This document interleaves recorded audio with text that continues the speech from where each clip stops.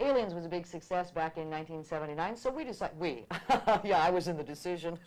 Personally. This is the director, James Cameron. He came to Lincoln and he said, Leta, do you think we should do a sequel? And I said, yes, Jim. But I said, Jim, you know, the strange thing is you didn't direct the first one. So now, I don't know if you should really direct the second one. Well, this was a tough argument that we had, but I ultimately prevailed, and therefore we made the picture. Actually, that was a tough call because Ridley Scott has made a couple films that don't look too bad. Yeah, right. And I have a great deal of respect for him, and I like the first film. So, and my wife and I, she produced the film and I directed it. We'd only done one film before, The Terminator. And so we were relatively unproven, and it was to the studio's credit that they trusted us to do the film. And it was a difficult decision to actually make the film because it could have gone wrong, could have been not as good. Yeah. Did you consult with the director, with Ridley Scott, at all? No. No? You just said, I want to make my own film. Yeah, basically. I thought that was the best way to entertain an audience, was to not be too much of a slave to the first film. Show them something new. I mean, it's been 7 years. There have been 20 imitators of Alien in the meantime. Yeah. All the sequels, the exact sequels, have already been made, in a sense. We had to go into new territory. If they had sort of jumped on the bandwagon, let's say, right the next year or a year after and made the exact sequel, it might have been different. But here we are coming back 7 years later. Audience tastes are different.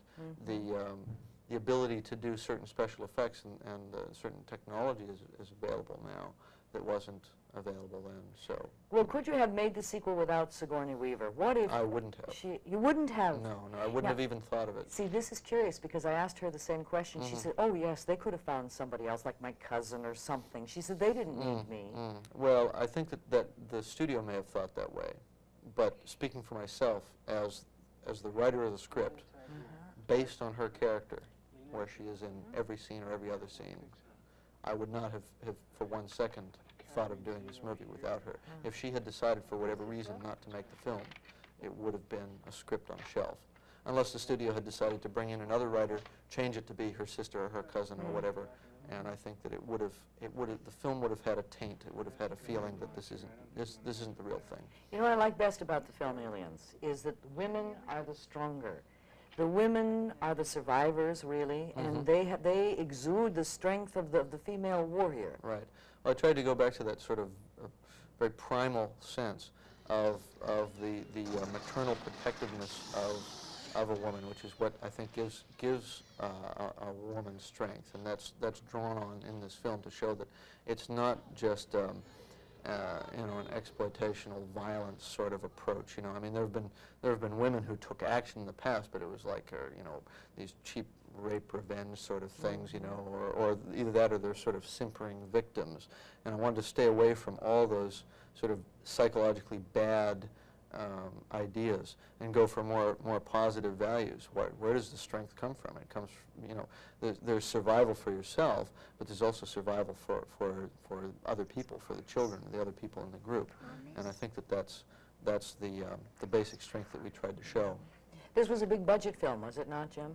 Well, it wasn't as big as it could have been. Your wife wouldn't tell me how much she spent. Right. Well, what will you tell me? Well, she handles the money. So you don't pay any attention? No, that's not true. I'm very responsible to the budget.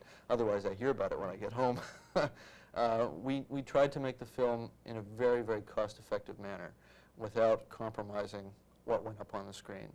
And I think it's a no-win situation to talk about budget, because some people will think it wasn't enough and some people will think it was too much. So it's probably better not to say, at least until after the film is out there and people have had a chance to see it. Well, tell me how you proceed. See, the thing that I remember specifically from the initial Aliens was the monster coming out of the chest of John Hurt. I'm looking back 7 years and say, oh yeah, that was the film about. Right. All right, now when you're creating one of those scary things, you get so involved with it, you can't be, I think you can't be objective. Right. So how do you proceed to make a scary incident?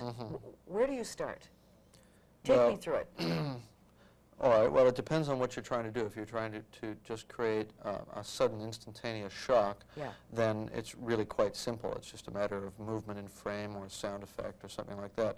If you're trying to show something that people haven't seen before. It's very complicated. You have to go back to your design people and say, all right, now what are we trying to, you know, if we're trying to show a creature, what do we want to do? Do we want to evoke? What we try to do is evoke emotion with the creature as it's revealed right toward the end of the film. And when I say the creature, I mean the sort of the one we haven't seen before, because there are a number of different forms in the movie. And then you've got to figure out how to do it, how to physically make the thing and have it work, and then you've got to light it. It's a pretty complicated task. Theoretically, when you're watching the film, you shouldn't be aware of all those processes. It should just look like a living creature. I mean, you should just accept it. You should completely suspend your disbelief. That's the desired end. Well, I noticed in the first film, I was very much aware that there was little or no music. They didn't lead you with the music. Right, yeah. And yet in this film, it's a forceful, driving, almost noisy, it's just overpowering. It's a different style. The entire film is stylistically different from the first film. Not for the sake of being different, but just because as a different director myself and working with different people, we're going to do a different movie, and that's I think the strength of it and the health of it. We didn't go back and slavishly study every minute detail of the first movie, because why do that? Audiences can see the first movie anytime they want. They just go to a video store and rent it. If they want to be entertained, they have to see something new and fresh. And I think there are some things in this film that they haven't seen before in any movie, let alone in Alien. James Cameron is a Canuck. He's from up there. He's from up there in Canada. Do you shoot a lot of the films? I think I understand that it's cheaper to do some films in Canada than it is in the United States. It used to be a better situation than it is now. I haven't done any of my work in Canada.